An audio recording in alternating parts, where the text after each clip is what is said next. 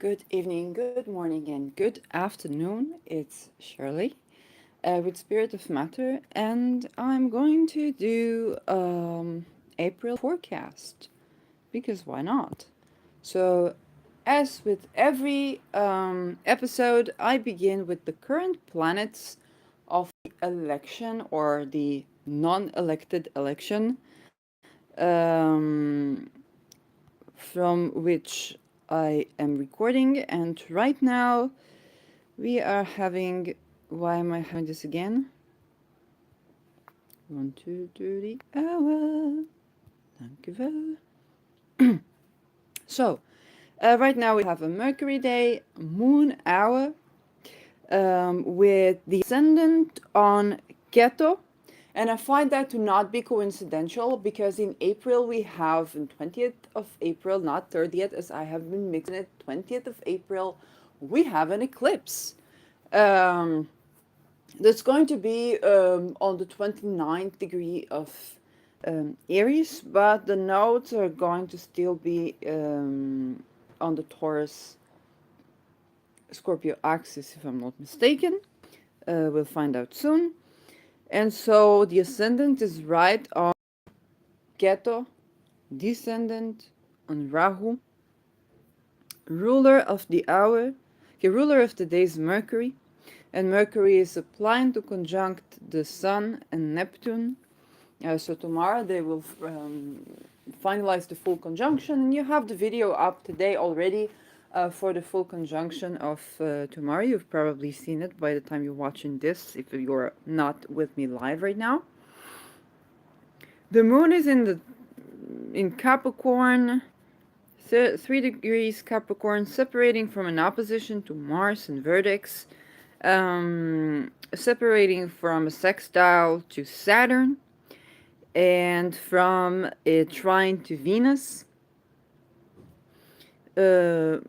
Mars is still in Gemini, 25 degrees, exactly opposition Neptune, to a lesser degree the Sun, and to a lesser degree Mercury. So this is the ruler of the ascendant, ruler of the midheaven is the Sun, again with the Neptune conjunction.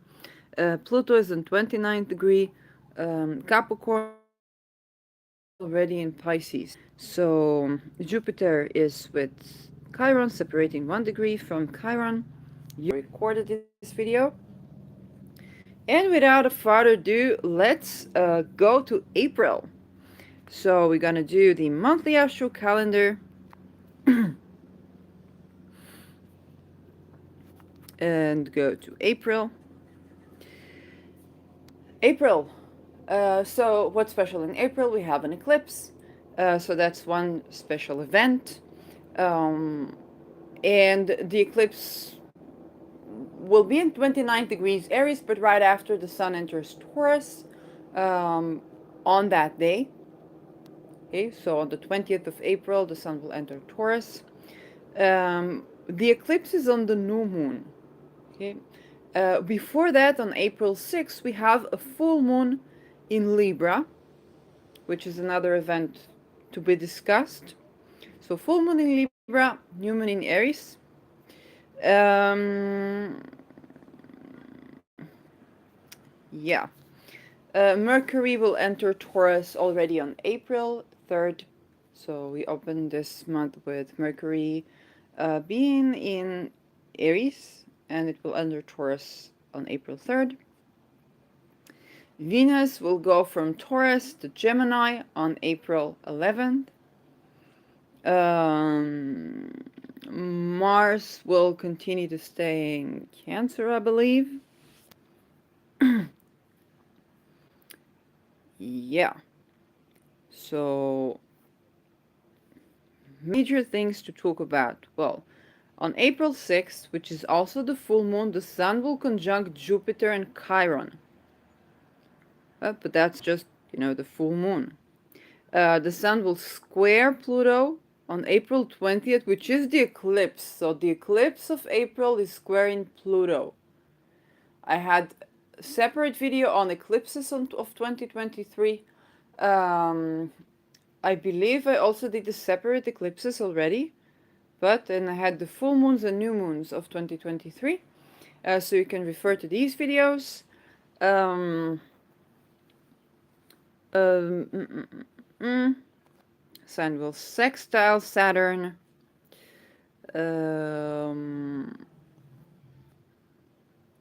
Mercury will square Pluto on April 3rd. So this is another layer of the relation between Pluto and Mercury. Sextile Saturn, April 5, so a day before the full moon. Sextile Mars on April 8.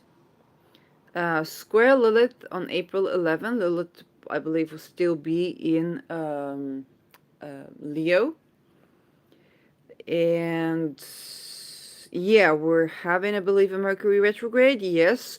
From April 21 until May 1st, Mercury will be retrograde in Taurus. Am I correct? Let's see that.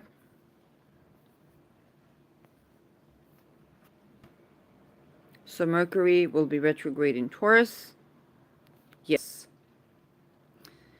So things to talk about. The new moon. The full moon. The new moon, which is also the eclipse, squaring Pluto. And of course the Mercury retrograde. And the Sun conjuncting Jupiter. Yes, the Sun conjuncting Jupiter and Chiron are interesting. Is that they're not together. It's not a triple conjunction. It's just the Sun conjuncting Chiron and then Sun conjuncting Jupiter, both in Aries. So, what do we begin with? Let's take the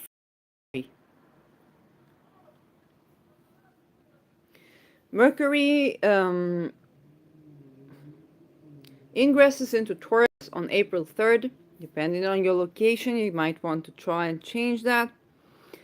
This ingress is not making any aspects, and it will begin to retrograde on April 21. And so let's go over the Mercury retrogression, because for the eclipses we have another video and I will of course touch the eclipses too, but let's go from the easy to the more difficult. To have moon aspects, phases, lunation cycle, and I want to see the retrogression. I know that they had these. Oh, there it is, there it is, there it is. So the retrogression of Mercury. Do we have here? We have the graph, which is lovely. We only have Mercury retrograde, but this is the end of a period of around 2 months where all the planets moved in direct fashion, and so all the energy went forward. And we are in the midst of this energy as I am recording. Plenty of things happening in the world. We have storms, we have earthquakes, we had a couple of banks collapsing, we had upheavals in regime. Everything is really moving forward. The energy is moving forward. A lot of things happening. It's not boring, but it can be overwhelming. It can be confusing. There's just not a single planet that's retrograde. So Mercury breaking this cycle in Taurus, beginning a series of planets that begin to go backwards till in around September, which we'll have, if I'm not mistaken, 7 planets retrograde. So there was a lot of pushing forward, and now we're beginning to have to revise things. Now, Mercury in Taurus is already slow. And this Mercury will square Pluto. Okay? That means that Mercury, when a planet is squaring another planet, it's trying, the personal planet tries to individuate. So this is a time where there can be power struggles of individuation and finding our power with Pluto in Capricorn themes, because Pluto is still in Capricorn, 29th degree of Capricorn. Um, is it? Should be. It should. When does it retrograde? No, it's already. It shouldn't be in. Wait. Sorry, Mercury is in Pisces now. Um, we're in March. I need April. Thank you. Yeah. Where's Pluto? No. Pluto is already in Aquarius. I knew it.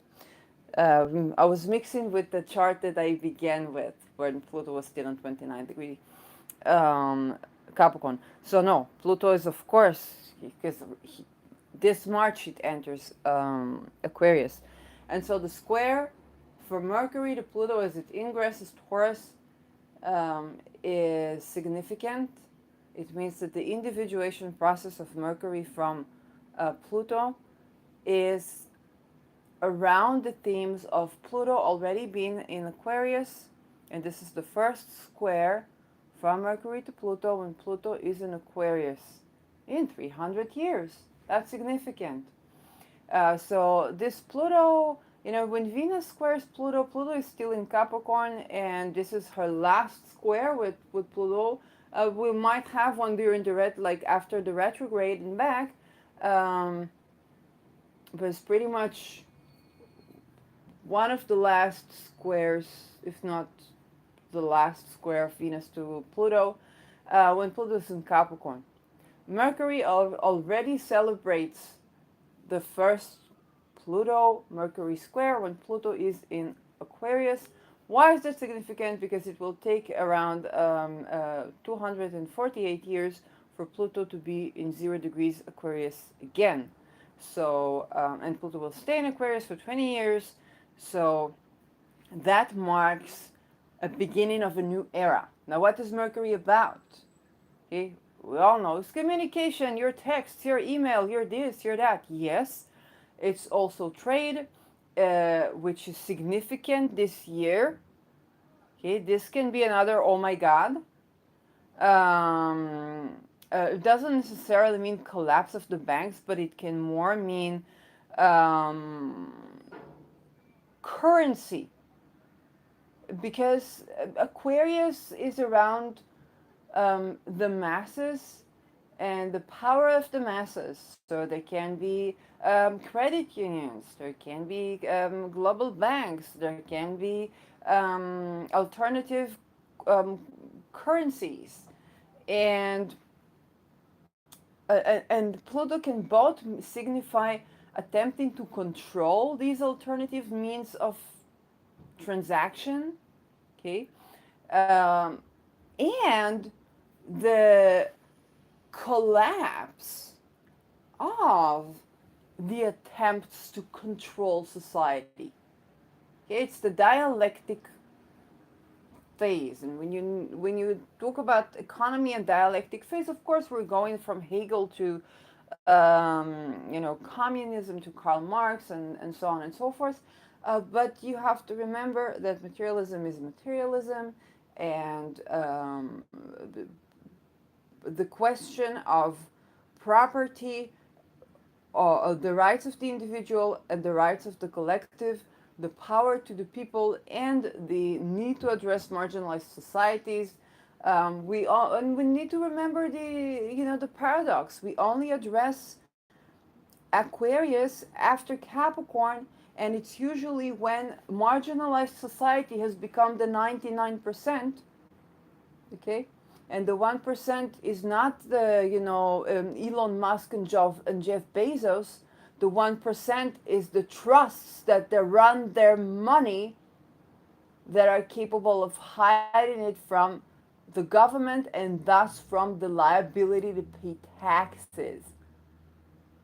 And here's another point, because I was watching Doug Andrew about investments, and kind of learning about the topic. And for the average person, we exited a Pluto returning by this time.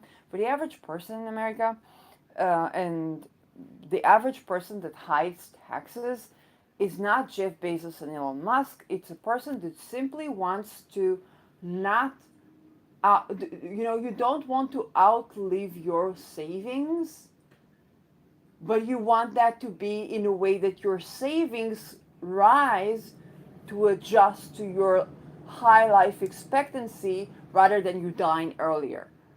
So that's the reason, Tom, Dick, and Harry would try to um, avoid taxation on their retirement savings. It's not about trying to be a billionaire and not contribute to society. It's simply about surviving because the government will not cover all of your expenses. And even if the government will be supportive, then you still need to make sure that you're up to speed with that. It's about what you do and what the country does.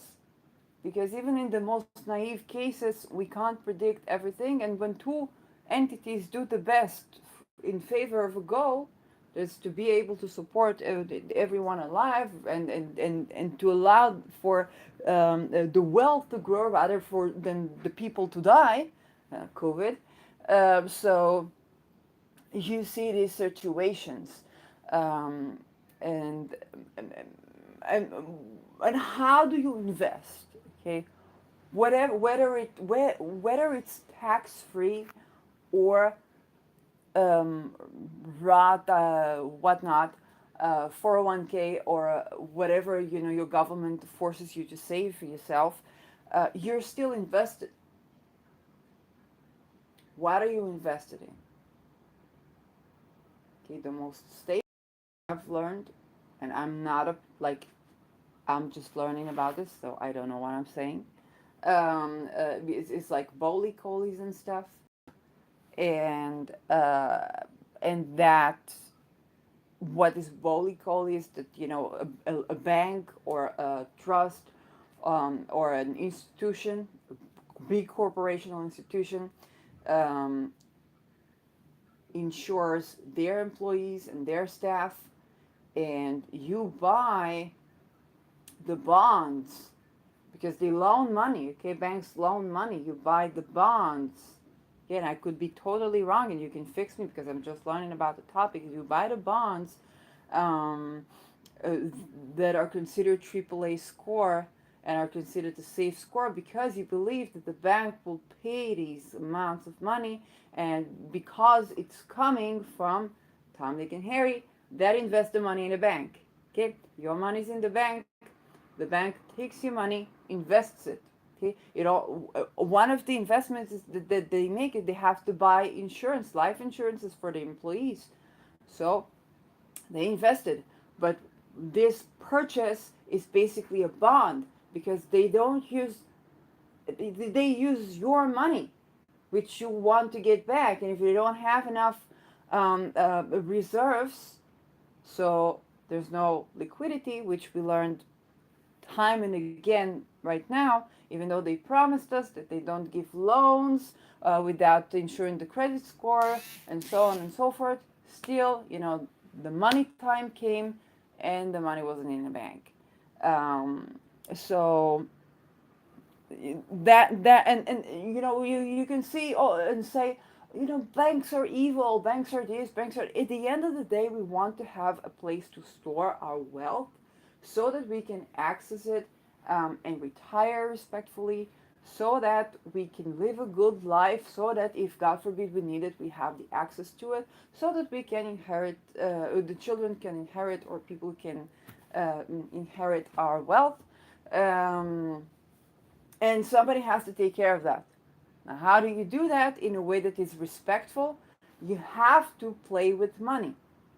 Okay, if like you give me your money and I want to make sure that your money stays at top of inflation, I have to play with it. I can't let it sit still. Otherwise, you can let it sit still in your bank, and all I do, like even for the expenses to safeguard your money, I would need an army. I would need armed people, security, whatnot, cameras or what. So who would fund that, right? Who would fund it? If I wanted to offer you suits, you would have to either pay me to store your money, or alternatively, I'll tell you, well, you get so and so interest on your savings, but I can play with your money and then I make money. And because I make money, then I don't have to charge you all that much to secure the money, for the people with the guns, and so on and so forth. Because it's a whole army. Let's face it, security is an army. They have to safeguard. They have to be armed. They have to be trained for when the shit hits the fan. Um, and then this is how if and then what is the border where we can do that without banking becoming a Ponzi scheme. Okay, what's a Ponzi scheme is when a lot of people invest a lot of money, and then there's no liquidity because this money is going elsewhere. And when the people want their money back, whether it's from insurance or they want a loan or they just want to get the money back, they're invested, the money is not there. Okay, so we want to be able to withstand inflation. We want to be able to have these trust savings banks, insurances, uh, government savings, or whatnot. And we also want liquidity. We also want cash flow. And we also need to learn how to navigate this in a way that benefits society. This is in the best of cases. Whatever currency we think about, we can think about diversifying the currencies, which can contribute to overall stability, because if you think about diversity as a strategy for a better ecosystem, it works with agriculture, it works with raising good, healthy pets, it works with raising good, healthy people, it works when you travel, it works when you work for an international company. My prediction is should work for economy and diversified currencies, which I actually talk about in another video about the currency that we would need to diversify, but I don't remember which, so you can binge watch them if you like. And so, um, and then we have another problem, which is the people who are marginalized societies, the people who cannot get to even the 401k.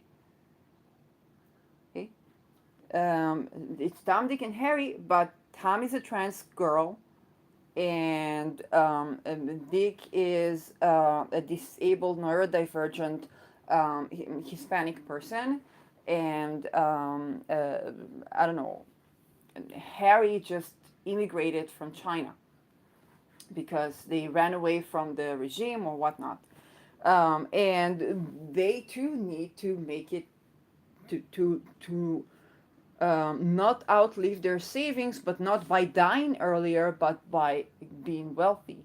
And so, how do we, as a society, as an economy, arrange for that without being ableist? Okay, without assuming that everybody can think like I can, everybody can work like I can. You cannot even think like you can. You cannot even work like you can. And and so this individuation of Mercury that signifies contracts, trades, agreements, communication, children, and of course the people who do these middlemen, the middle women, the middlemen, reach Taurus and is at odds with what Pluto does in Aquarius. So maybe there is, some communist streams that want to have a state entity that has all the wealth, and with the hoping that they will somehow take care of everyone. And Mercury says, no, I do need land. Okay, Taurus. I do need private ownership of things. Um, there are things that I do want to have that's not by the hands of the government. Okay? And that sequence is kind of building up. How do we trade? How do we allow for communities to form without marginalizing people? Um, when will Mercury touch the retrograde?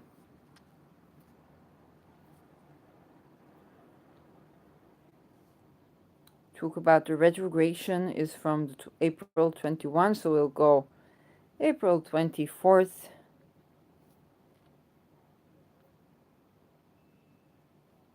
And yeah. So Mercury will almost conjunct Uranus in Taurus and then make a U-turn. So, and that happens on April 21. 20, yeah, April 21. So it's one day after the eclipse. The eclipse is still with Mercury retrograde, and the eclipse squares Pluto. Um, and then Mercury goes backwards. So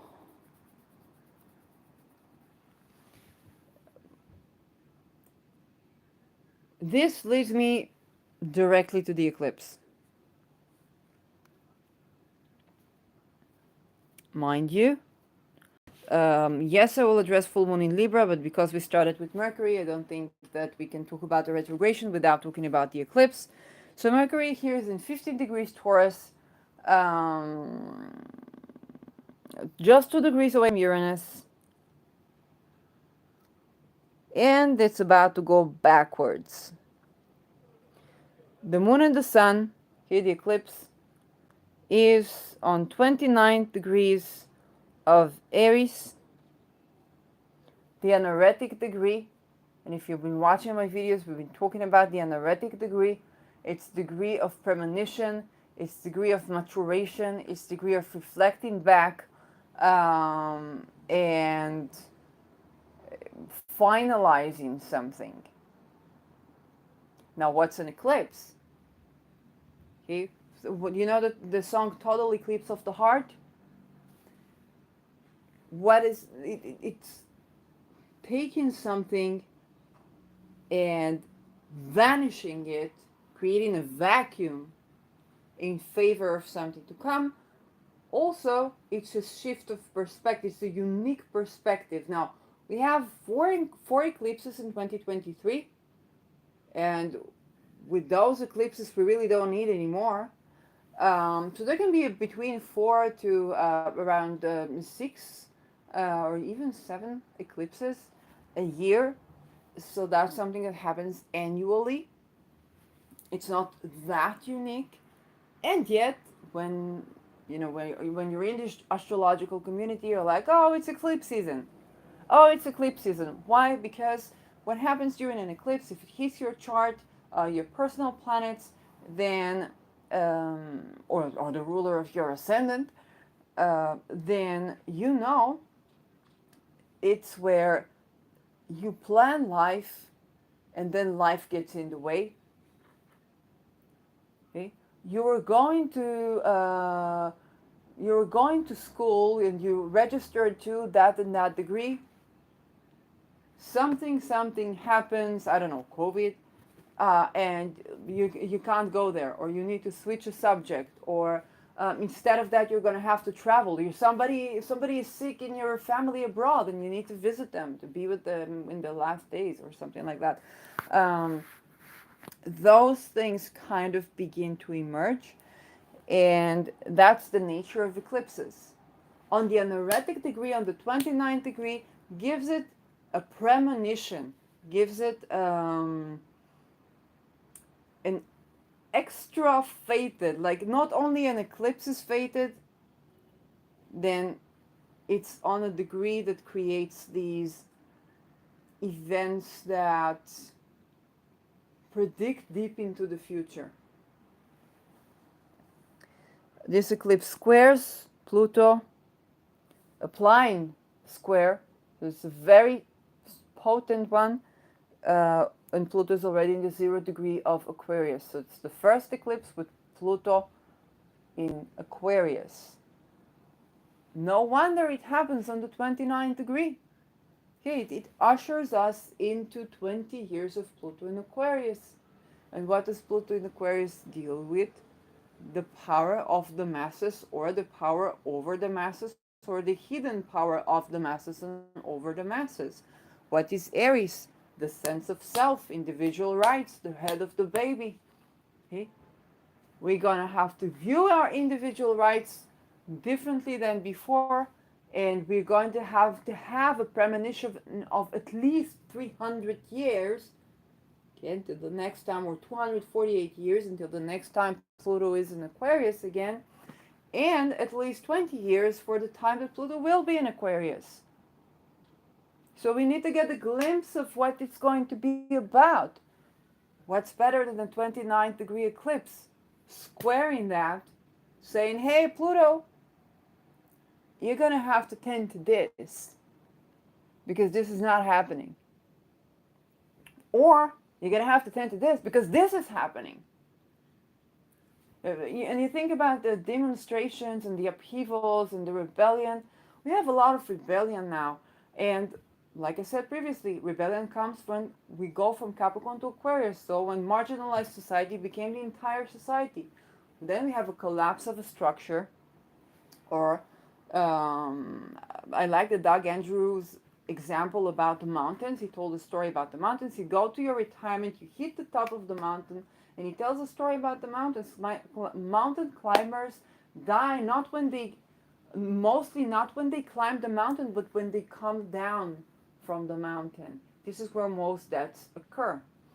And he explained that about your investments and retirement, but I hinted at about the going from the top of the mountain, and Capricorn rules mountains, um, downwards to the open space, okay, which also is space, Aquarius, and basically attempting to stay alive because the mountain collapses in Capricorn. When you go from Capricorn, you reach the top. You reach something that you just reach the top. This is the top rank that you will have in the passage of whichever planet is in Capricorn. Now, when that planet is an outer planet like Pluto, then that is a very tall mountain. You really felt that climbing up this mountain. And a lot of us may have felt that with the triple conjunction with the Neptune, Sun, and Mercury squaring Mars, okay? Sextile in Pluto, right? A lot of us felt this pinnacle. There's the pinnacle that we're touching tomorrow. And then we need to proceed. So the 99% becomes the margins of society. Of course, we're going to have a rebellion. But we can't forget the beginning of Pluto in Capricorn, and that's where you wouldn't see the marginalized society. You wouldn't be exposed to them. They would genuinely be the town's fool. They would genuinely be the person that you would say is psychotic or crazy. And then an entire population is being injected with something that could kill you, with the side effects of the number one cause for death globally, which is heart attacks. So it's very easy to hide something that causes heart failure as like, you know, and I'm not saying that's even done on purpose. Okay. If you think about the Arab Spring, where people were taking Viagra by completely legal order, in raping people, those soldiers that took Viagra and raped people, Viagra caused heart attacks. A lot of them probably died from a heart attack because they were forced to take Viagra in order to rape. It's not like you take Viagra, you take a pill, and then you sleep and you impress, I don't know, your lover, man or woman, or orgy or whatnot, and then you go back to your life, and of course you still have the risk of a heart attack. They were on a mission. Okay, they were doing a job. They had to take a lot of these pills. Okay, probably not a lot of them survived. Um, it doesn't change the difference that there were people raped with this medication. Why the the the instruction of the previous regime? It doesn't change the fact, you know. And that's something that was done with a product that Pfizer produced and sold.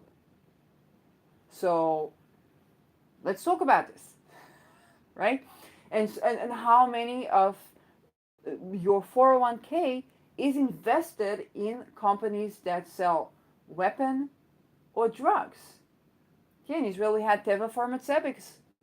Yeah, when I was a child, our neighbors, they were having their retirement from Teva Pharmaceutics. And you would think that's, a reasonable investment. It's for medicine, for helping people. I mean, but then, if you invested in Pfizer, then basically your money ended up raping people and killing the rapists with heart attack. And they say, oh, this is poetic justice. They were given illegal orders that you could not apply because they would probably die. It's like you rape or you die. Very much like, the Nazis. But it's not just one country. It's going on and on. And so when the 99% become the, the, the margins, everybody has a union interest to rebel. That being said, the leaders now are the people who are the most rebellious. With the French Revolution, what we need to take into account, there were also certain cults that came up. Just put to Pluto and Aquarius, there were also certain cults that came up, and people followed these guru leaders that were anarchistic or that were marginalized, and so it can lead to marginalized cults gaining way too much power. Alternatively, it can mean that we have the dictatorship of the majority instead of liberal democracy, which is this is the phrasing that we can coin today, but we don't know what the phrasing will be for the next 300 years. Okay. And so we're going from having the majority of people who feel they're at the margin of society to having to ask themselves, should we put the veil of ignorance, okay, i.e., thinking, well, if I don't know who am I, and I don't know if I'm an immigrant, I don't know if I'm a woman, a man, a trans person, a queer, or whatnot, how would I want to be addressed by the law, by institution, by society, and have regulation about that? That's the concept of the veil of ignorance. Or do we go for more like identity politics, intersectionality, and so on and so forth? When do these intersect? When do these differ? And what should we prefer in each circumstances? But those things are not going to be discussed over a cup of coffee at the cafeteria in your Ivy League institution. They're going to be applied. Yeah, the revolution will not be televised, it will be live. Applies really to that kind of incident. So 20 years of that, which would stir up changes that will affect the next 300 years. Scientific revolutions, social revolutions, religious revolutions, ideologies revolutions, all those things that the social agreements thinkers, a lot of them were also around the time of those, and Pluto Capricorn, Pluto Aquarius, I believe, pre-Enlightenment and Enlightenment thinkers, Hobbes, Locke, and so on and so forth. Each and one of them wrote during the Civil War, if I'm not mistaken. Hobbes, for sure, wrote during the Civil War. Locke, I don't remember.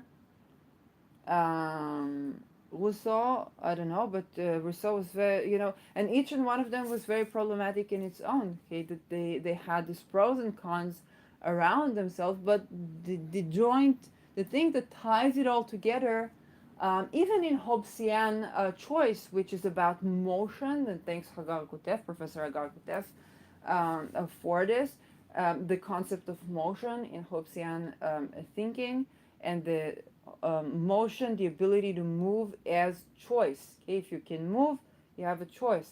If you can't move, right? So we need to allow liberty in the form of motion as well. So the minute people are not included in the social contract, that they're not granted the freedom of movement. um, this is where things begin, you know, to erode. And what does it mean erode? If we're going back to the pre-social contract stage that Hobbes defines as the, short, rugged, and I don't know how he phrased that, because I had to read that in Hebrew while he wrote that in English. It's very strange that I read that in Hebrew um, for philosophy of, politics. But this short life that is cruel, that is rugged, that is animalistic, okay, barbaric, animalistic. And the term barbaric is, it's yeah. I think it originated actually from the barbaric tribes, so I don't think it applies here. Um, and I think that was how it was translated to Hebrew, or not. Yeah. So that's something to note when we address these thinkers as well. They had their own biases, their own contexts. Um, this eclipse is important because we will have premonitions in our lives, wherever Aries falls for you, wherever Aquarius falls for you, that you will suddenly see, suddenly it's not on the day of the eclipse. Suddenly is, look at the mass, the preach that I made while looking at this energy, right? Um, and we did begin with the moon as the lord of the hour, and Mercury as the lord of the day, and I began with Mercury, and I didn't even notice that. So you see how the point of the vantage point from which I look at affects at what I'm looking at, and how this is actually a very good election to talk about this. So um, we're going to suddenly see things. We're going to have premonitions. We're going to be thinking in terms of 300 years, of 20 years. Uh, whether we are aware of it or not, we're going to be facing circumstances that are going to evolve probably beyond our time in the as a physical being on planet Earth. So incredibly potent, um, and right afterward, Mercury stations retrograde.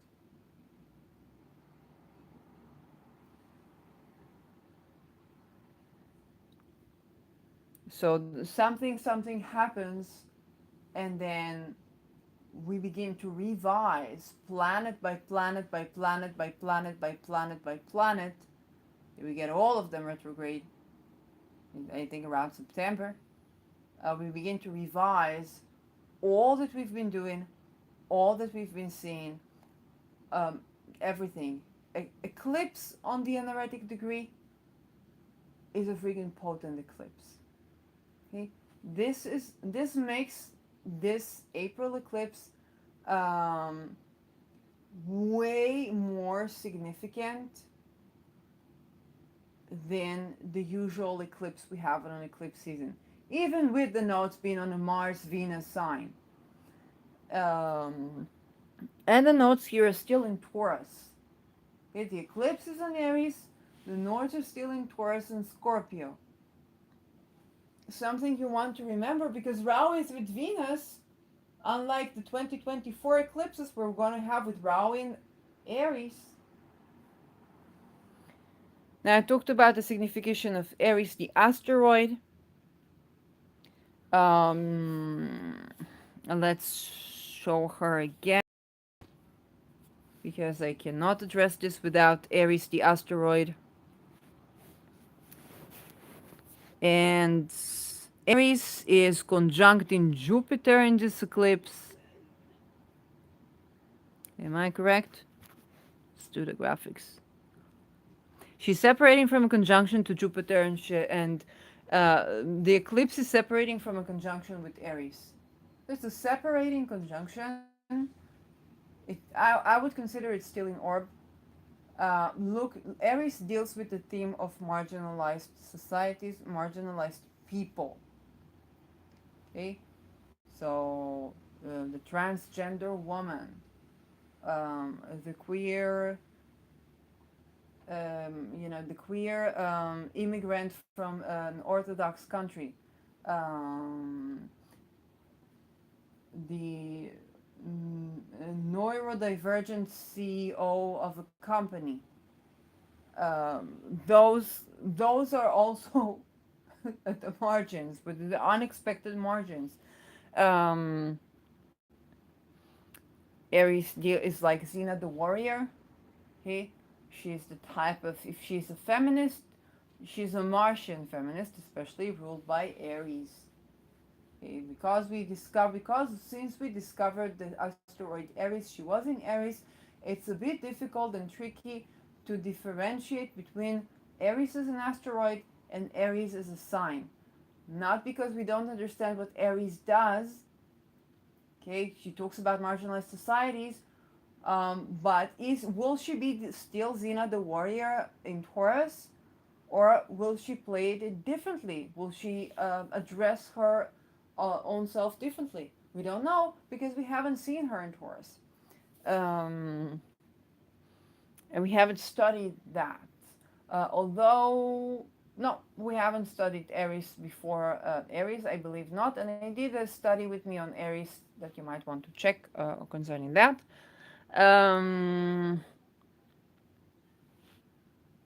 Yes, I think my previous preach pretty much covered Aries themes that we want to pay attention to, and we want to ponder over, because just rebelling the plutocracy of Capricorn does not address the plutocracy of Aquarius, or does not addresses Plutonian powers, Plutonian leading figures that are of the Aquarian nature, and that too would need to be addressed. We have 20 years to do that, which will affect 300 years.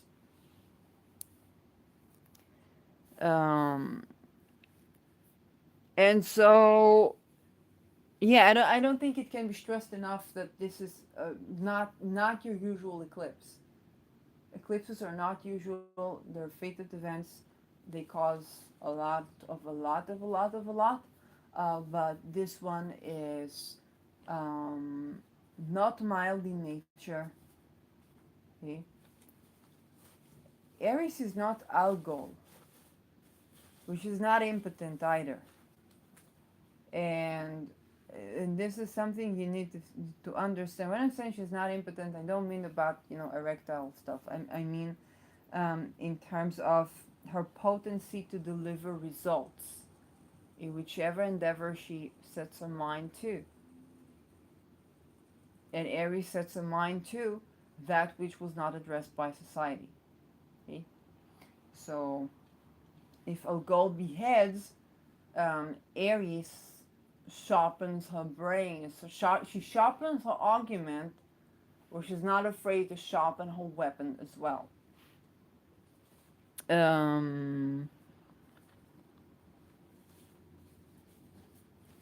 So that's for the eclipse. Then we have, before that, we go in not in linear order in April. Um, then we have the full moon on 6th April. We have a full moon,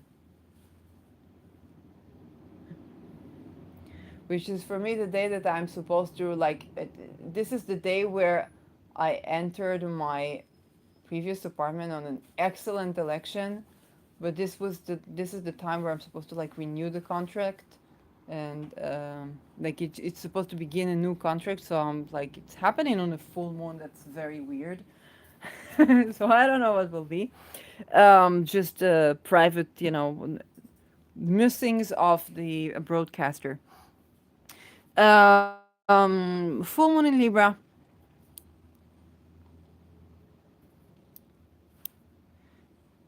What's to say about this? Well, it's opposite Chiron. And now we don't have Jupiter. It's not Jupiter with Chiron, it's not Venus with Chiron. It's the sun separating from Chiron. Sun exalts in Aries, yet she's with Chiron now. And now we have a full moon. Full moon is usually about the closure, letting go of something. It's the best rituals for full moon are the rituals for letting go of something, because the moon will decrease from that point on. You reach a peak and then you decrease. Um, so, in the best of cases, you can celebrate something. The moon does not make any favorable aspects to anything here. It only makes an opposition to Chiron. It's in Libra with vertex, which denotes certain fated events. And it's the full moon, the last full moon before eclipse season. Okay, we only have two eclipses this season. Okay, we have April 20 and May 5. May 5, right? Oh, damn. Okay. When you have an eclipse around your solar return. Um, yeah. Missings of a broadcaster. So this is it can stir up wounds, Chiron. It can shed light on our wounds. Now that depends where Aries is for you, what it does. It could be your siblings, it can be your parents, it can be your relationship, it can be your job, it can be your expenses, it can be your investments. And there's a culmination of something here. So there can be a chance to heal something, to let go of a wound, to release a wound, to set intention, to release certain patterns, certain mindsets.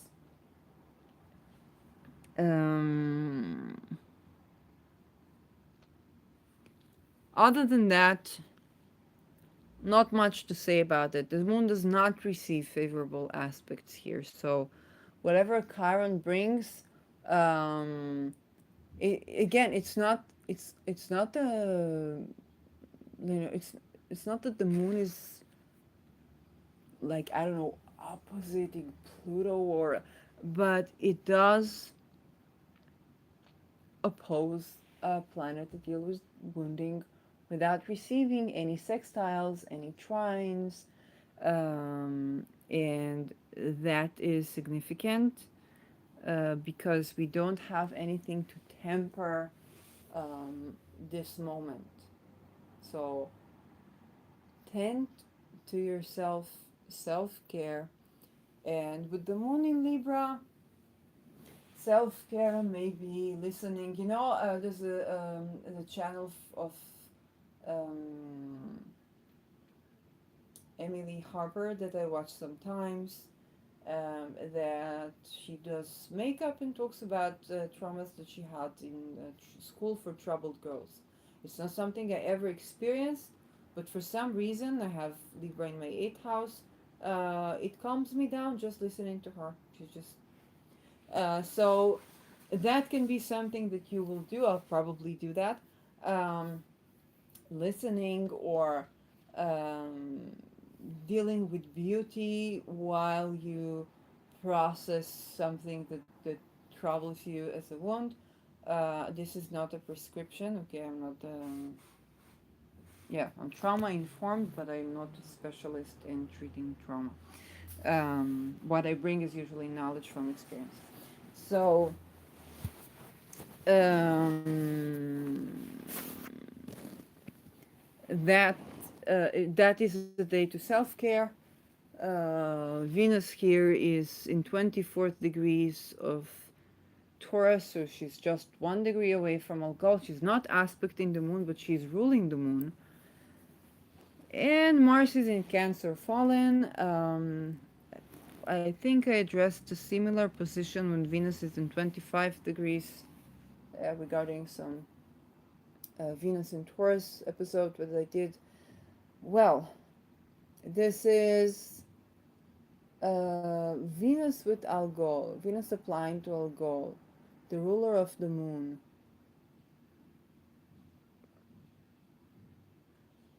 And the full moon, so culmination of something that steers up a wound. And this one has to do with Algol stuff. So your freedom of expression of your own voice. Um, Addressing things to do with women rights. Okay, when I'm seeing, well, you never know what will be. If you've worked with Algol, if you've asked Algol for something, she might yield. Okay, she might yield. She might address Venusian people now on a mundane level. When we see Venus with Algol, we can see all kinds of things to do with women rights, Venusian figures that go through a certain crisis. Okay, if you're working with Algol and you're asked to protect yourself um, from all kinds of things, your body, mind, heart, and soul, and sensuality, then that can be a time where potent magic happens. Now, the moon does not apply to Algol here, but as the moon will decrease, it will apply to Algol, and this may be a time where I talked about the moon opposition Venus, when Venus is on Algol, the moon is in Scorpio. You may or may not want to at least learn about this asteroid, learn about what can you do with it magically, how to do things correctly, um, uh, and how can we appeal or petition Algol to assist in these times for the rights of women, um, and, um, and as well as protecting from women who might be um, um, violating these rights. Okay, you know, like the woman lawyer that got into a high position because she adopted a certain worldview where she identifies now with sex offenders, and think that they are not offenders, and that those women also, okay, those women also are people that you want protection from. So it's not just protecting women, but it also can be protecting women from certain type of women that that are not on the right track regarding women rights and the boundaries of women, or women who are ableist in their perception of defending boundaries, which is a big issue. You know, the tough girl complex, and the desire to not have, you know, to not be in the circle of trauma, of, you know, savior, victim, and so on and so forth. as well as acknowledging the fact that we want to address marginalized societies. We want to address also people who are not fully able-bodied, uh, regardless of being, a woman. Um, and that is significant. Like it steers up a range of complexes and conflicts needing to be addressed, and steers up a range of unexpected protections that we might summon or we might petition from Algol and from Venus to tend to us on this day. So this is April 6th, the new moon. And the sun on this day, sun is conjuncting Chiron. So let's go back to the chart. The sun conjuncting Chiron, which happens in 15 degrees of Aries, right before the full moon perfects. Um,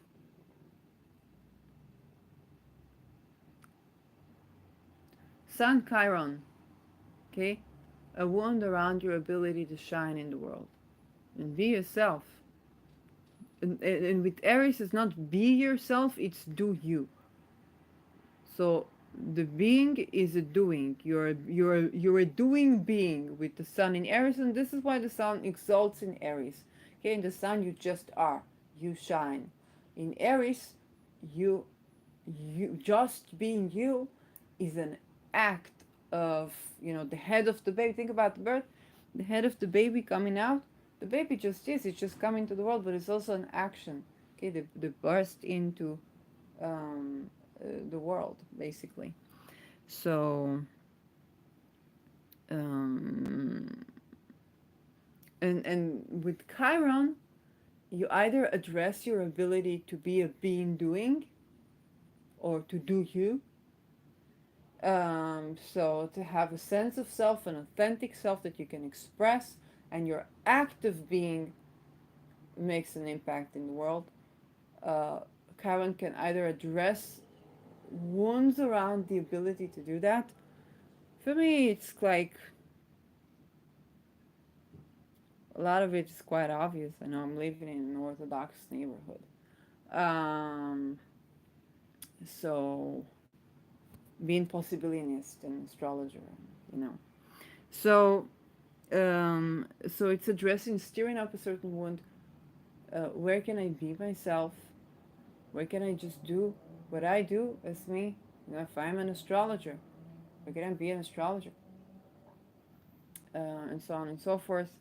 Um, so the sun conjuncts Chiron here, and I don't predict that to be a rosy day. It's a useful day. It's a fruitful day. It's an important day. It's not an easy day. And on April 12th, the sun conjuncts Jupiter. Here we say, yay, the sun conjuncting Jupiter. But let's look at the chart. Let's see what do we see here. So this happens in the 21st degree of Aries. Not making any significant aspects to anything.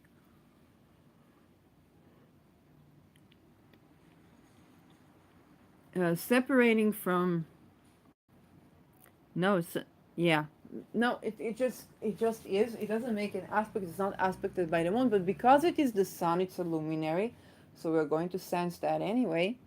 And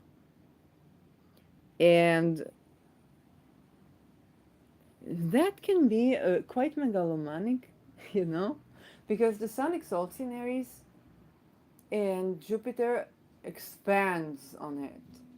So we can outshine here. Somebody on a mundane level, something outshines something. And that can have a range of effects. Okay, it can be too much of a good thing, or that your shine is so big that it stirs up something. Um,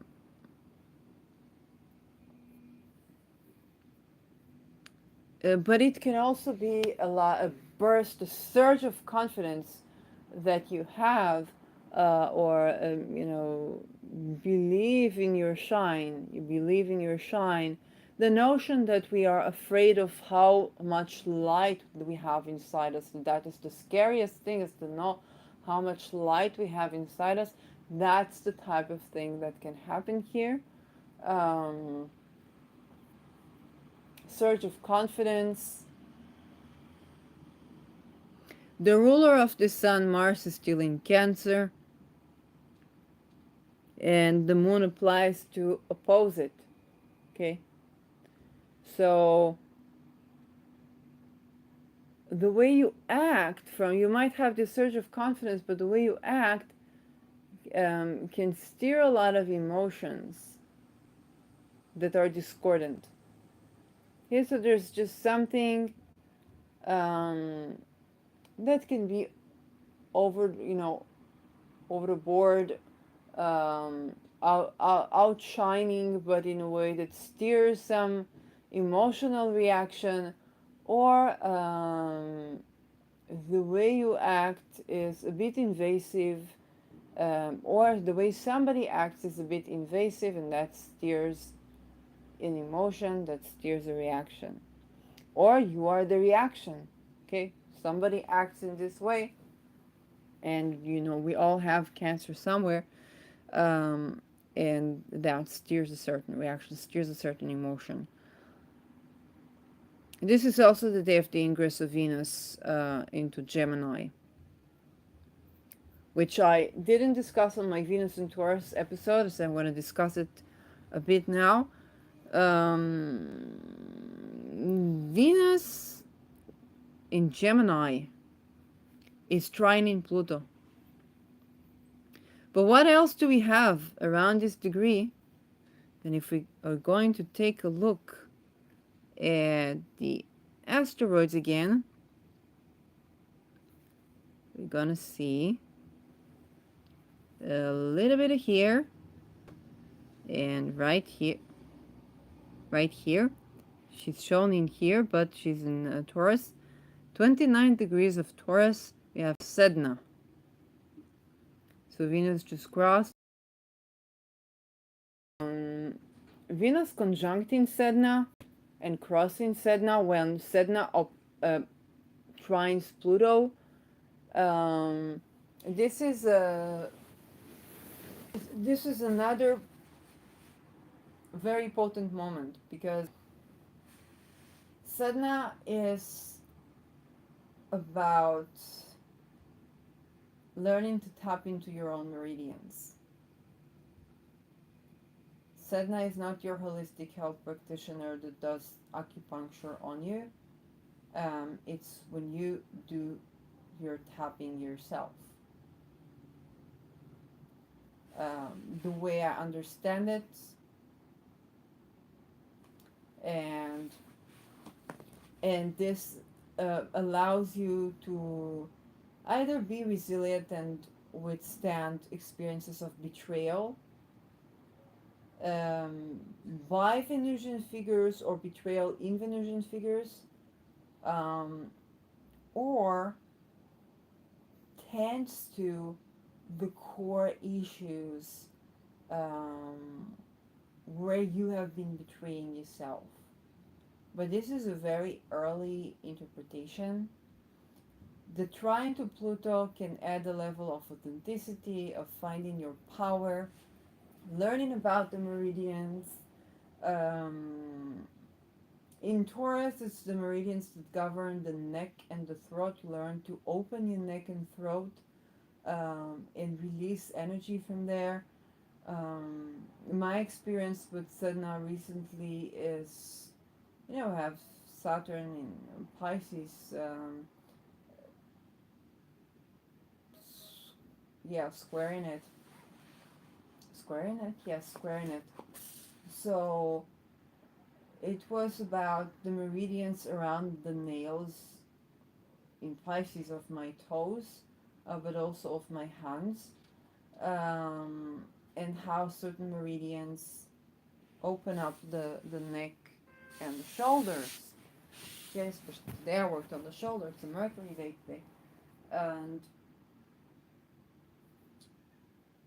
and how releasing this energy can help you identify things, and tackle them.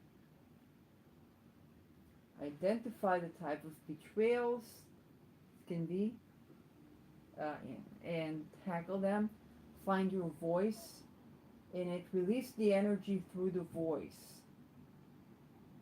Release the energy through the voice.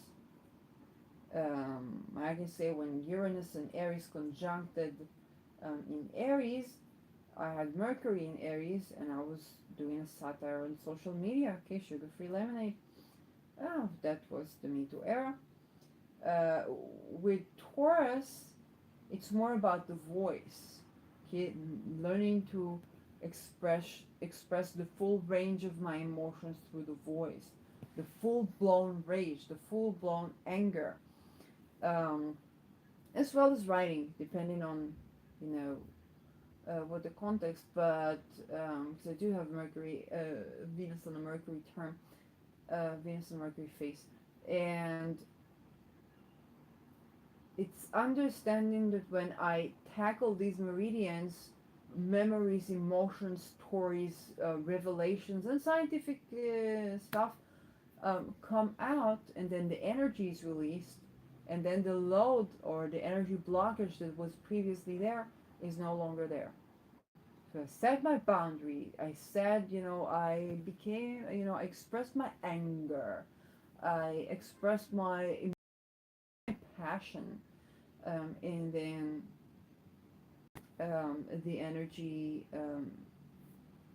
flows, and I become more healthy. So this sadness is not entity, planet entity that deals with that, but she definitely addresses the meridians of the body.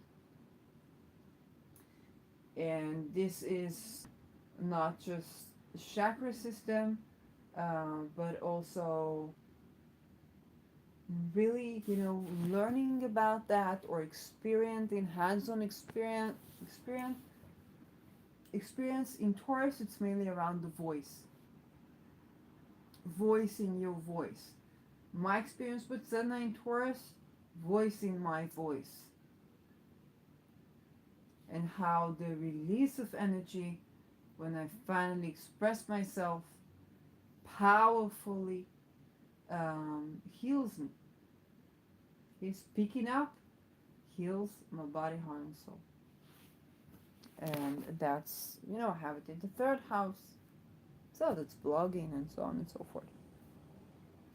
And whenever that was, people were trying to restrict out of me. They got alcohol. And not even with me intending to that. It was just like I needed to survive, I needed to be, and so I must speak up.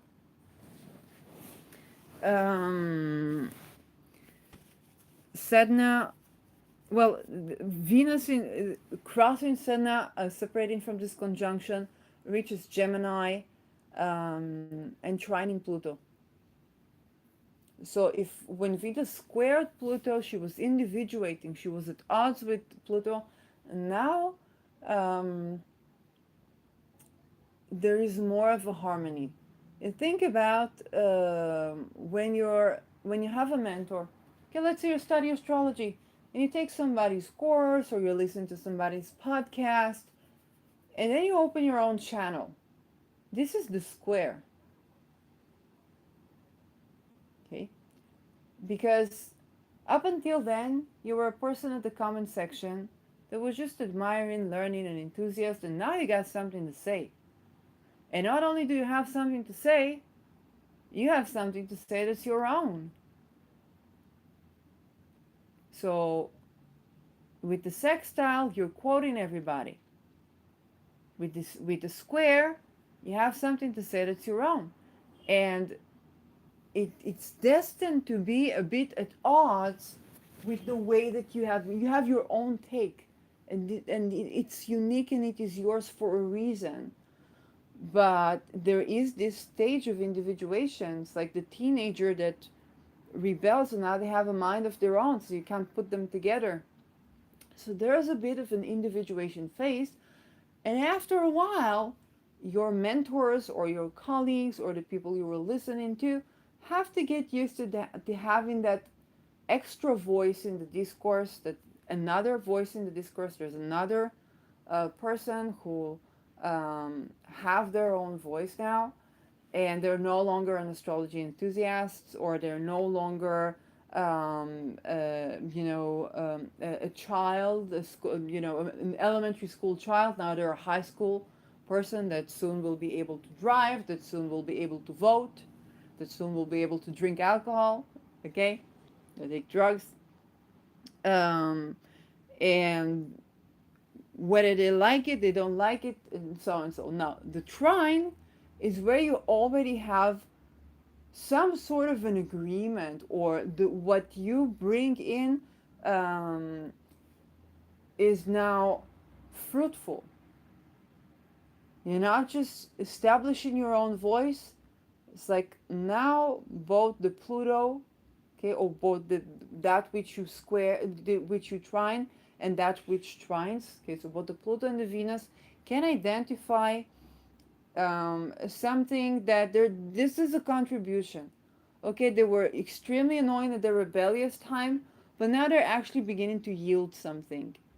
And then we have a trine. And so you can recognize that even though you took something to your own words, to your own voice, still as you individuate, it's kind of like after your teenage years, you go ahead and become engaged, and you begin to think like your mother, you begin to think like your father, and you begin to see where they actually had something to contribute to what you're doing, that is not you just copying them or quoting them, but you're reintegrating um, the figure that you were came in from, okay, that you conjuncted. Okay, so if you're, I don't know, a student teacher relationship, so this can be where you write or you make a podcast with your instructor, or you write a vlog with or you've been quoted by your mentors, or something like that. So Venus can be acknowledged by Pluto, and Pluto can be proud of Venus, or uh, drawn, or feel the empowered. Okay, hey, this person is into is has rebelled me, and made their own voice. It's not necessarily rebelled, but it's like they individuated, but now they integrating me. They still think about me. They still care about me. They still see value in the teachings that I gave them. While they may have their own take on some things, they definitely do see the genealogy of how they came to think what they now think, and my place in it. And this is a beautiful relationship, okay? It's not an easy one still. Okay, children will forever have um, relationships with their parents that are significant and deep and require a lot of authenticity. Okay? But it's more harmonious than the square. It's still transformative and beautiful. It's transformative and beautiful. As for relationships, Venus is leaving Sedna. So there's just 1 degree of Sedna. Sedna does denote the potential for betrayal. I'm not talking about cheating, I'm talking about betrayal. And you need to understand the fated course of things, because betrayal stems from a self misalignment of at least one party, which is very painful. Okay? It's a very painful experience. The story with Sedna was that her father sold her, and she suffered tremendously, and then she um, was trying to save herself from drowning, and he cut off her fingers. It's like very horrid. And then she became the queen of the underworld. But what people, the lesser known facet of the story is that the father later regretted all his life that he did that. He had to live with regret all his life that this is what he did to his daughter. Okay? Doesn't change the fate that this is what happened. Um, and so as for to begin a romantic relationship or to begin an association when something is next to Sedna is not something I deeply recommend. As a person with the natal Venus not too far from Sedna, each and every one of the people that hurt me had probably deeply regretted that sooner or later. Not because of vengeful things, just because they did have the initial, human beingness to them before things happened. That didn't change the fact that I had to deal with violence, that I had to deal with, that betrayal, and even for my therapist, I have Venus opposition Pluto, and Pluto is psychology. So so it's not a position to start a relationship. Venus, in a harmonious aspect with Pluto, can be a very deep, erotic, intense, intimate, passionate play um, that does just a deep bond. But the involvement of Sedna, a word of caution around that. Okay, really, a word of caution around that. Sedna is moving so slowly that we have not learned as humanity to integrate these energies so much so that we can just have a personal relationship with Sedna being involved and happy, happy, joy, joy. Um, so, how else? Let's go back without the asteroids. I want to see how is this Venus aspected, just this Pluto trine.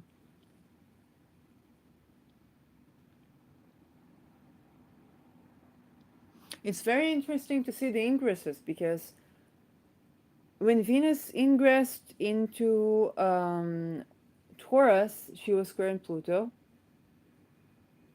When Mercury ingressed into Taurus, of course, he was square in Pluto. And now Venus ingresses into Gemini, so she, of course, trines Pluto. Um, it there's a difference when a personal planet ingresses into a sign and when a personal planet ingresses into a sign aspecting an outer planet. It tells us that it's not just, oh, we are going to see, a flirt. People are going to communicate in a more flirty way. Venus, Gemini. Gemini can be flirtatious. Or flirting is going to be more about game. Or we can meet people that are more mercurial on that day. No, with an outer planet, the personal is the political, especially with Pluto.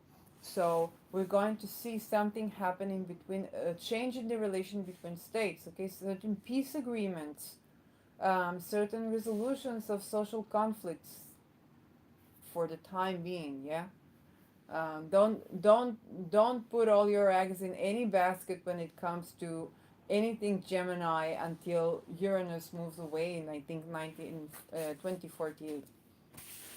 So um,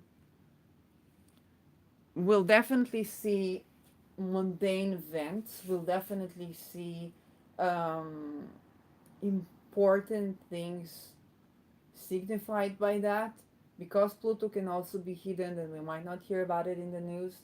Um, but it's not a cycle of ingresses that, because Pluto is in 0 degrees of Aquarius, then whatever has a cycle with Pluto ingresses into signs until Pluto moves away from this degree in a significant way.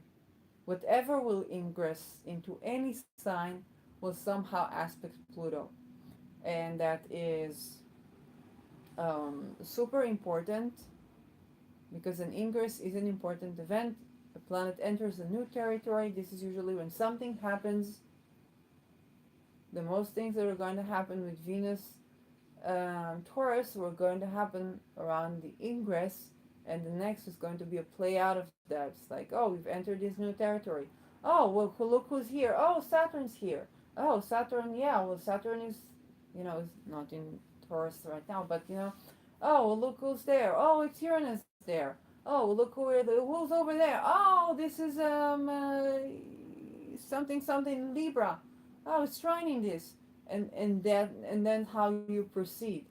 You enter the party, and then you make all these connections um, until you leave. But the minute you enter the room, you enter the party, and then that's an important event. You understand where you are right now, um, and then all kind of things you know are being revealed to you around more and more around this place. So think about getting to know a new person. Think about listening to a new type of music, eating a new type of food, going to spa. You can go with Venus and Taurus. You can definitely find yourself going for a spa and having a massage, and then the reflexology, and then the reflexologist tells you, oh, you see, if you tap this point, or if you address this thing about your feet, then your voice will be clearer, and then your endocrine system will be better. And oh, you need maybe to meet them, and now from a spa and from a sensual pleasure event, it became a medical remedy for your Venus or whatnot. Um, and those are the type of things that can happen um, after an ingress. But the ingress itself, an important event happens that leads to other um, to the evolution of something in this sign. And what's more,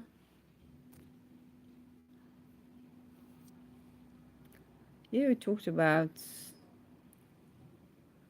Well, we have the Sun conjuncting the North Node in the 24th of April. Uh, because the eclipse was just a couple of days before that, I predict that to trigger an event. Okay? If something didn't happen during the eclipse, Sun going over the nodes, um, it's very likely to trigger an event. Also, Moon to a lesser degree going over the nodes. Um, this is where we might get something. Um, and Mercury is retrograde at this time, so, but not touching this point. Um, might be triggered an event, and again, these events are around. I expect transgender women, the question of what is a woman, who is a woman, and as well as what is the sensual experience of the sexual pleasure, because this is also Taurus, assets for women, or women in economy, or banking can also be new type of banking, new type of wealth. Rao in general is new types of wealth, also in your natal chart. And I need to see Carpiel's video on Rao and wealth, because he does have a teaching on that. You might want to look at the channel, KRP, KSP. Um, he does Indian astrology. So yeah, Jupiter in 24 degrees Aries, Chiron 16 degrees Aries, Venus 15 degrees Aries, Mercury 15 degrees Aries, Moon at the end of Gemini, Mars very much still in Cancer. Just to look at Mars in Cancer there next to my Moon, I feel, kind of like exhausted. It's like you have a balloon and then you stick a needle in. It's like that's yeah, off with its energy. Sun sextiling Saturn. This happens on the 25th of April. So this is the same chart because the sun is conjuncting the like it's the same chart with the moon the moon triggering that Mars now. Annoying. Well, it doesn't.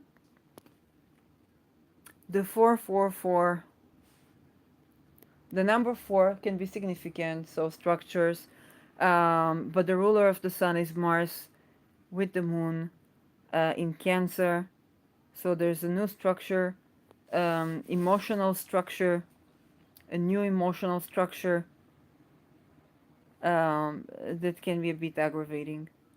But maybe a burst of emotions. Maybe a burst of emotions. Um, it can also signify some long term emotions of security and safety, but they are, still in the light of Mars. It's not ruling the sun actually. Why am why, like, it's ruling Jupiter. What did I want from Mars? It's just ruling Jupiter. No reason. No reason. No reason. Sorry, Mars. So we have this sextile of Saturn in Pisces. Saturn is, I believe, separating from Fomalhaut. It's Fomalhaut 2 degrees Pisces. Um, it's trine by the moon. The moon is separating from a trine. So earlier in that day, moon is also at 4 degrees Cancer will be trining Saturn. So we have this. Oh, well, now I understand what they want from Mars because the moon is in Cancer, which could be a beautiful energy to create long term emotional security. And then Mars. So, yeah, what can you do but radical acceptance and compassion? The highest form of understanding is laughter and human compassion, Richard Feynman, if he said that.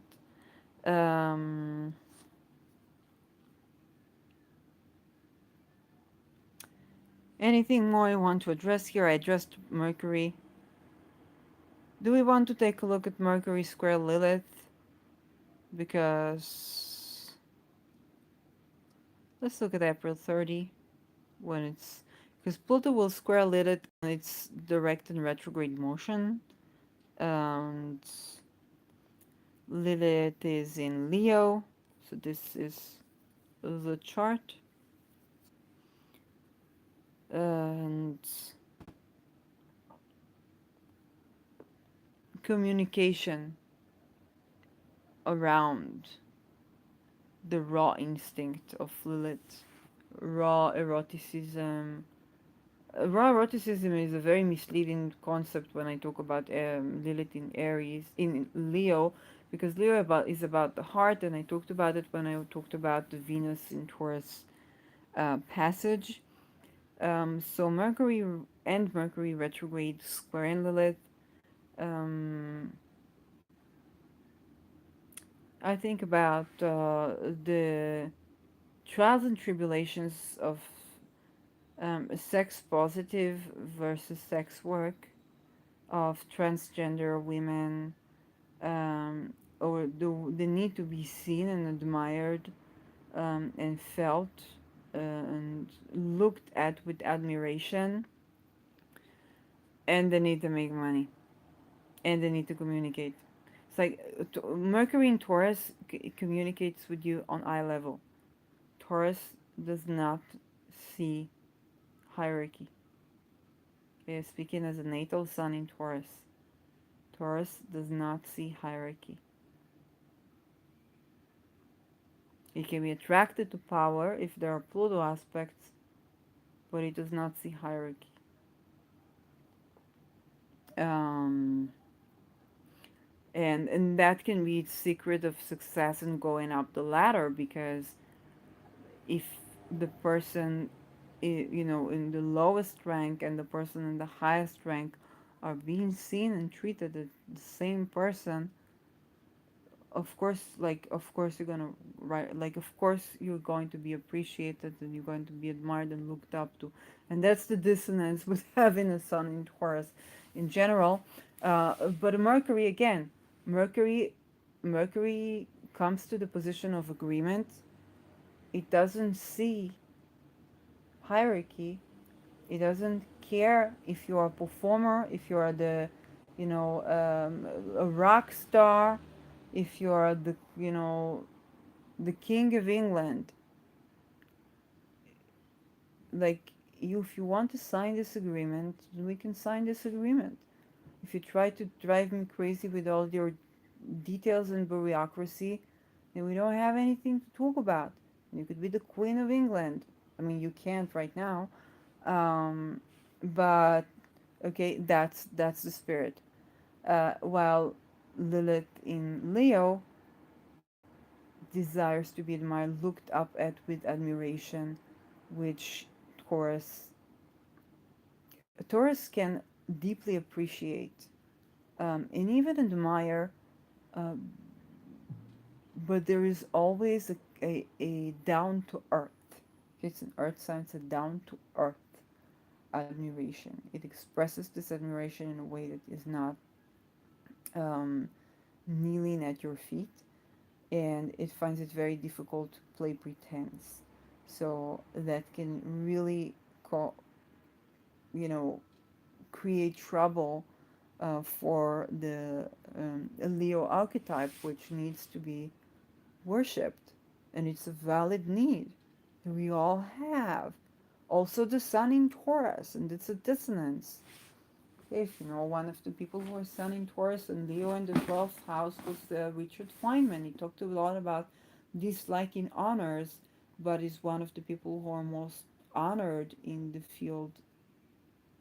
It's considered like almost a guru level, um, which created a great dissonance there.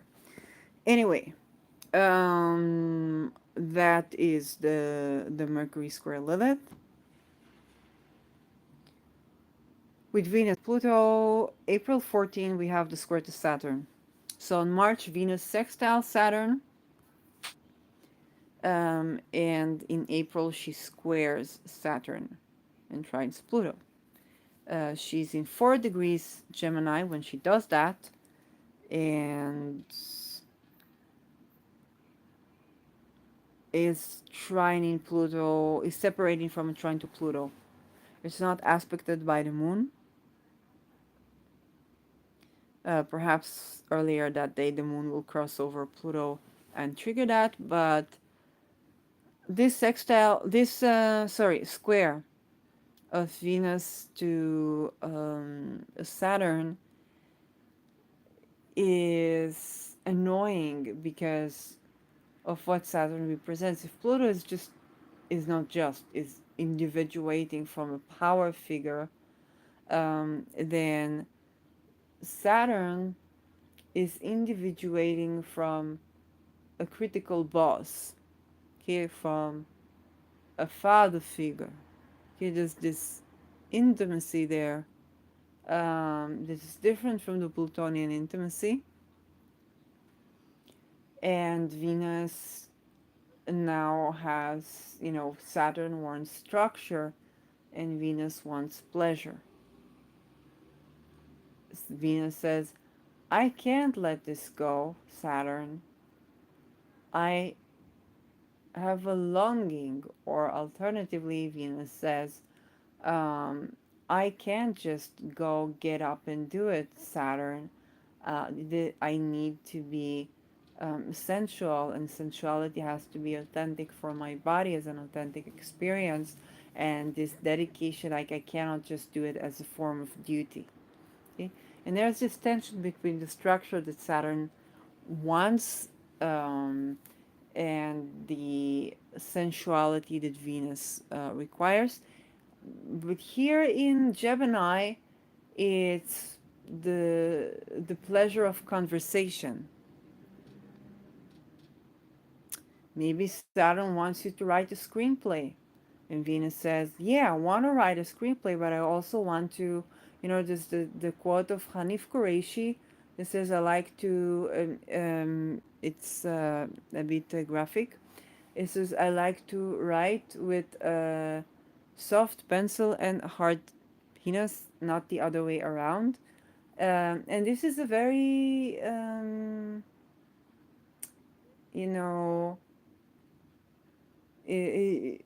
think about Saturn that requires you to get up and do your creative job, especially if it's public speaking, if it's writing, and Venus that says, well, I like to squirt my vlogs, not just say it out loud, you know? And that is the flirtatious, the eroticism of flirtation that needs to be spontaneous, Gemini that needs to be playful, that Gemini is a bit more indirect than that, but Mars is now in Gemini, so I can't do Gemini indirectly. Um, and that kind of square between them where we want to bring something into fruition that has a structure. If you want to write a play, if you want to um, uh, perform like even on a musical instrument, play the keys or play the guitar, then you need to practice. And Venus wants to be spontaneous, wants it to be playful, not just the choir that you have to do, because that's the whole point of creation. So it's not easy to it's not easy to get these two together, although it is a very potent combination for creating something. It's writing that screenplay, writing that book, learning that skill, training your voice, um, skill. Okay, skill is very important. Technical skill here that you can apply in a creative endeavor. This is a good time for that, not for relationships. Okay, think about you know a relationship like that, like you want to be spontaneous with your partner and your partner's like, well, let me know what time you want us to set an appointment to make love, which to a certain degree a long-term relationship all people have to do, but you want this in a trine. You don't want that in a square where it really contradicts, not contradicts, but more is in tension with the nature of Venus. Okay, that's for this one. Can be criticism of women, of the feminine, and so on and so forth. Then we have Venus sextile in Lilith and sextile in Chiron. So April 21, which is just the day after the eclipse, and April 26. Let's go to the sextile with Chiron. Venus is in 17 degrees Gemini, and she's sextile in Chiron in Aries. So a certain healing can happen to our voice, to our expression, to our connections, to what we value. Maybe we can value a conversation. We get the value of a good conversation or a good argument, right? Because Gemini can play the devil's advocate, and we can enjoy the sense of connection that we get from actually arguing with each other rather than and healing the wound, because Chiron in Aries is a Mars ruled Chiron, so they can be confrontational. Venus in Gemini can enjoy that from a more less gut passion sort of way, but more intellectual, frivolous argument or a contradiction. It's like enjoying the paradox that uh, yeah. And the moon is very close to Mars in Cancer. So, for those of you like me or having the lunar return there, um, stay strong. We have Mars squaring Chiron on April 27, which matters because Mars is in Leo, finally. No, Neptune. Trying to talk about this with Neptune on my ascendant with Mercury. Mars is in still in Cancer, squared Chiron, but trining sextiling Uranus. Mars sextiling Uranus, separating, no, applying to sextile Uranus and squaring Chiron in Cancer. Like, you're like, something, somebody, or you can stir up your own wounds. Like, you can trigger yourself here. Um, but Uranus is going to help you view it in a more radical acceptance sort of way. It's like, oh, I triggered myself, but you really triggered yourself. Okay, with this one, and the moon is in Leo with the sun in Taurus. Yeah, it's this semi T square with the nodes.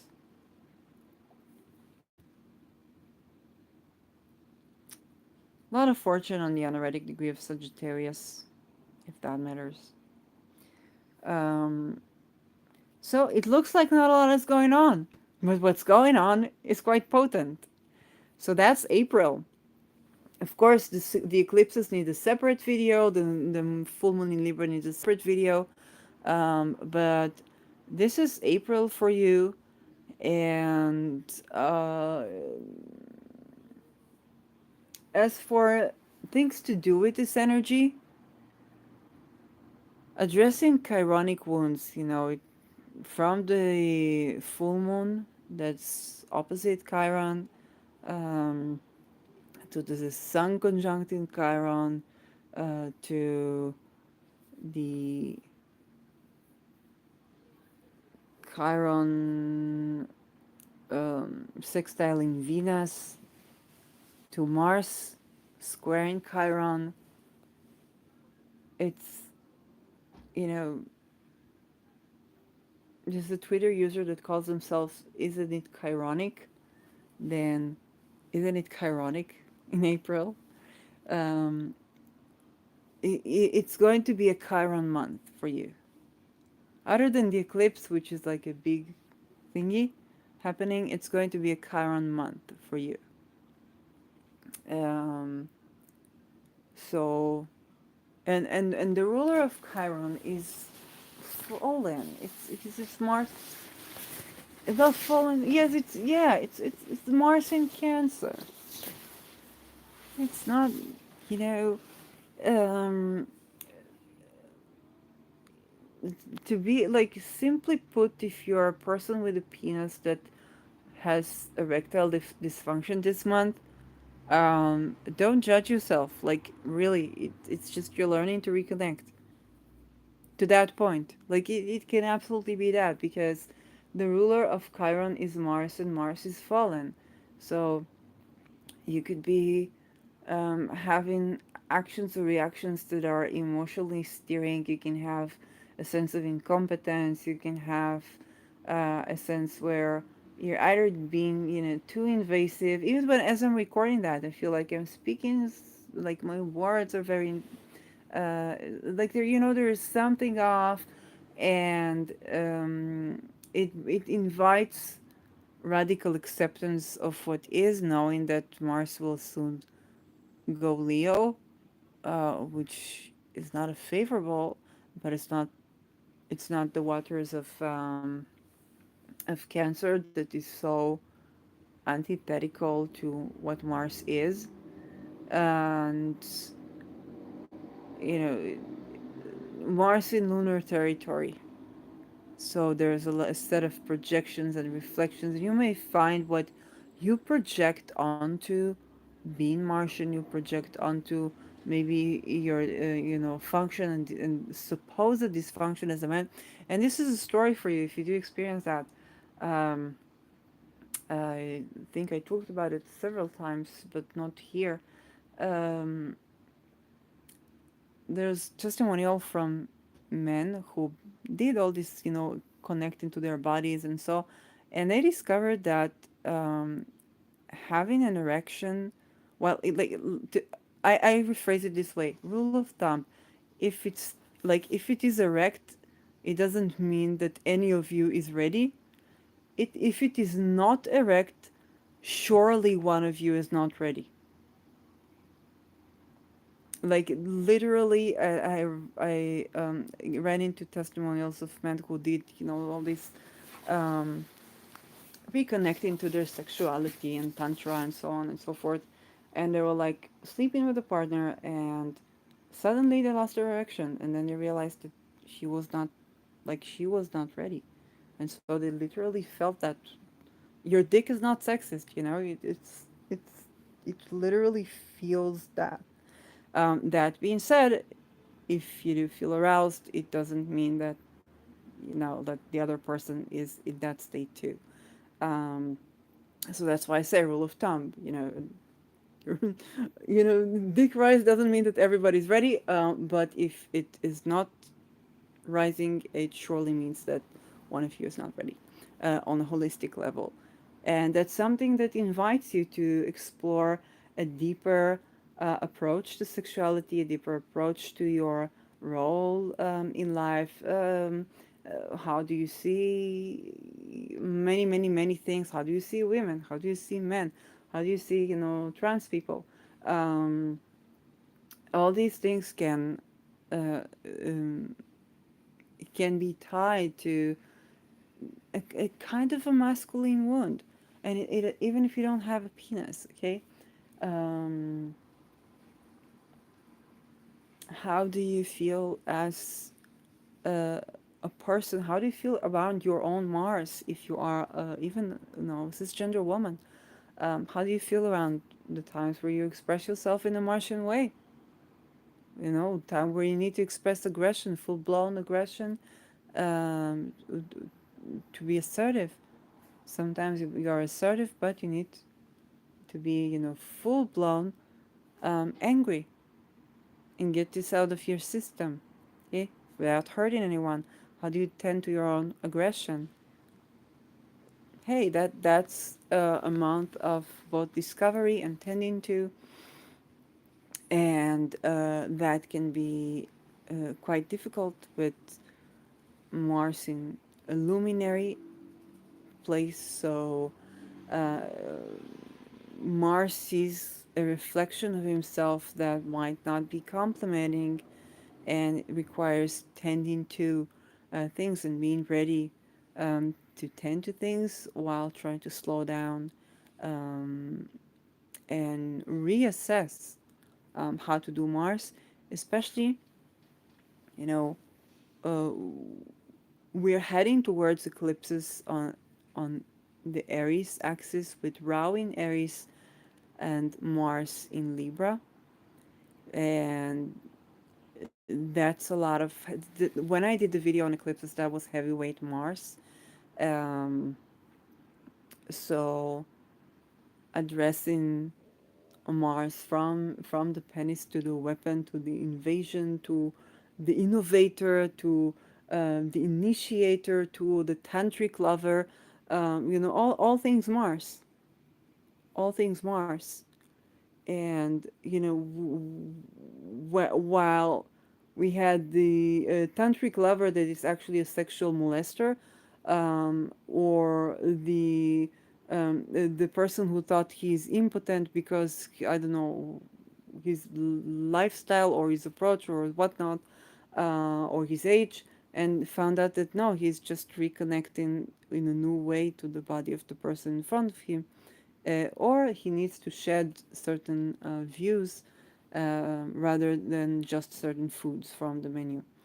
So that's a lot of Mars work, and as we um, come to address issues of gender and sexuality in sex, um, a lot of new language, a lot of new perceptions, and we need to shed new perceptions. Think about body image. Let's say you are a man with a vagina or a woman with a penis. Then How do you go about it? Like, there's a new need to adjust. Is it about making 1,000 surgeries to change your body to feel better, or is it about changing the way you see your body to enjoy being a woman with a penis or a man with a vagina, and celebrate that rather than experiencing body dysphoria? Or is it somewhere in between?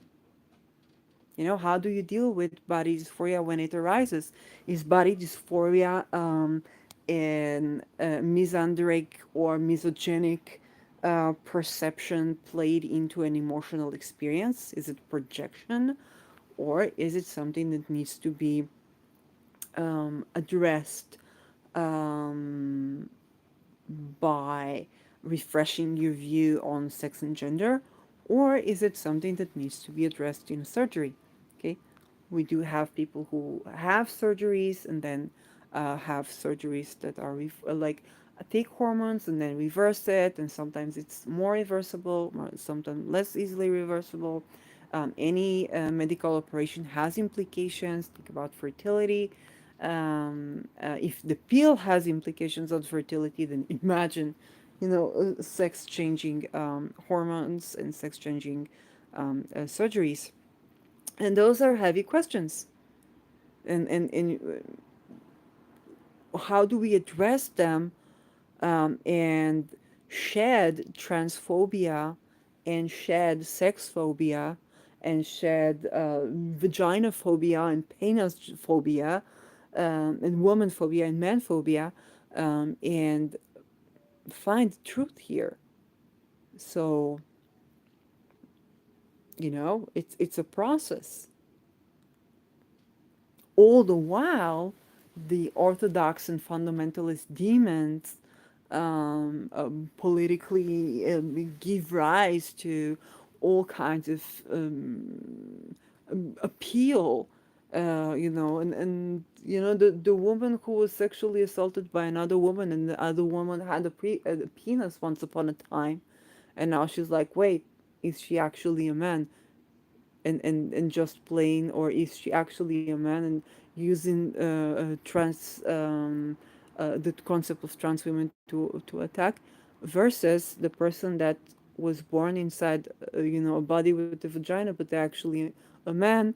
And it's not like two spirit or gender fluid, and they nearly killed themselves or tried to kill themselves because they couldn't be seen and couldn't be heard and couldn't be accepted as a man, or the other way around, couldn't be accepted as a woman, and the tremendous suffering that yields, while the answer is not to erase their gender experience, but actually find a place of acceptance, whether with body alteration or not.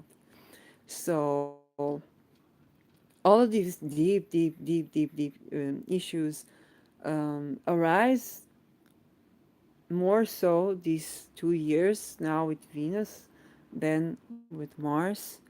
Um, so all the things that all the wounds around masculinity, um, or around Martian things, also army. Okay, what is an army? Think about all the soldiers that had maybe that had all these um, history of Martian um, valor. Don't even remember what this word means. And now there is AI. Now there is, robots and drones that replace soldiers. And like how, like, not only is the perception of who is a man, what is a man, what do you do to impress someone when you date them, um, not only has that been going through upheaval through the entire course of feminism, but now it's genuinely being replaced by technology. The industrial revolution does not skip the army. um, and and addressing that, or the notion of war. We can't think about the war that will end all wars if we learn about World War I, because that was what they believed World War I to be, and then World War II, right? So, or the war that, the Quranic wounds, like, hey, why is war happening again? Aren't we over that? Like, did we, like, why should we be fighting? Or alternatively, oh, we thought we can achieve that with the combat. We thought we can achieve that with war, but oh, look what's happening. Those kind of things seem to play out. So Chironic things. Um, yeah. So wish you an easy April. This is spring. And when I address the eclipses of the Aries Rahu, there's not now, but will be.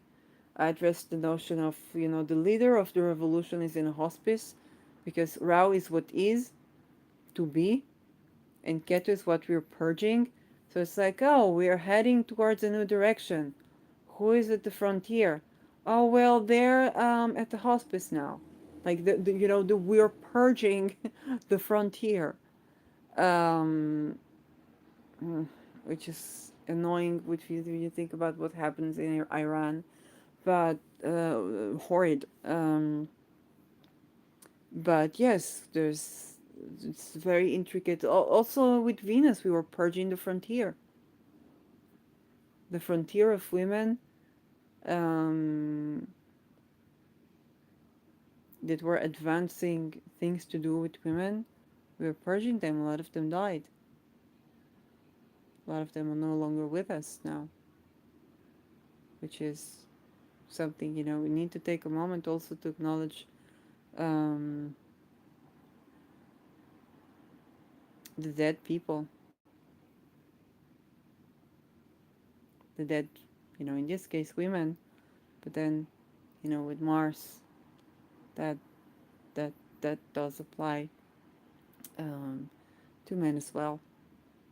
Diplomatic men, diplomats. I know those are going to be Mars in Libra, men, and so on and so forth, or women with the quality of Mars in Libra. Yeah. So I managed to do this with. Oh wow! I've been talking for 2 hours. No wonder I'm exhausted. Um, it's a spring. This spring is potent and kind of bittersweet, unfortunately. Um, it's not the Arab Spring, um, but it also kind of is of something of that magnanimity happening. And yeah, stirring up wounds, healing wounds, to do with the Martian archetype and the Aries, archetype. So, yes, I wish you easy spring and happy, Easter, or Passover. Is it Passover is in April? I think it's in March. I don't even remember when it is. Um, so yes, and Ramadan Kareem for the people. I think Ramadan is now, but people are celebrating Ramadan.